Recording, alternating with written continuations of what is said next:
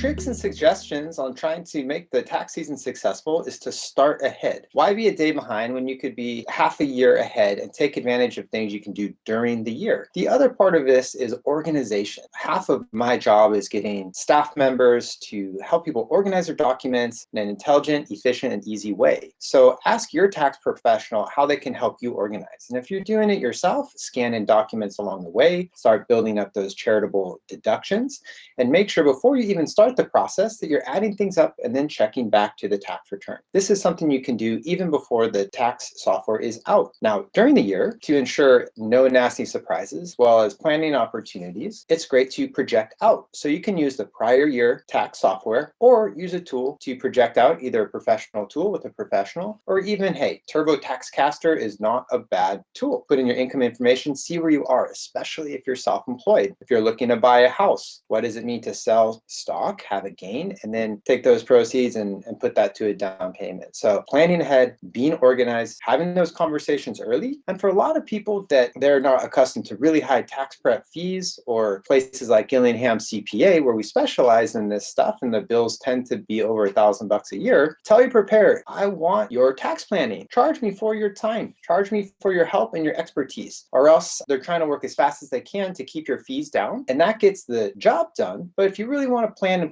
for success, this is an all year round process. Mid-year check-ins at least. See what you can do during the year and then start early after the year. Don't try and get stuff done when it's super duper rushed. And if you're late, that's fine. File an extension, but before it becomes April 15th, get paid in as an individual if you owe the tax. That'll save you a lot, whether you're ahead of schedule or behind. Don't be rushing to get everything done in March. If you can be ahead, it's going to set you up for success, not only with the planning and the savings, but if you need loans down the way, those lenders are probably going to want to see a tax return.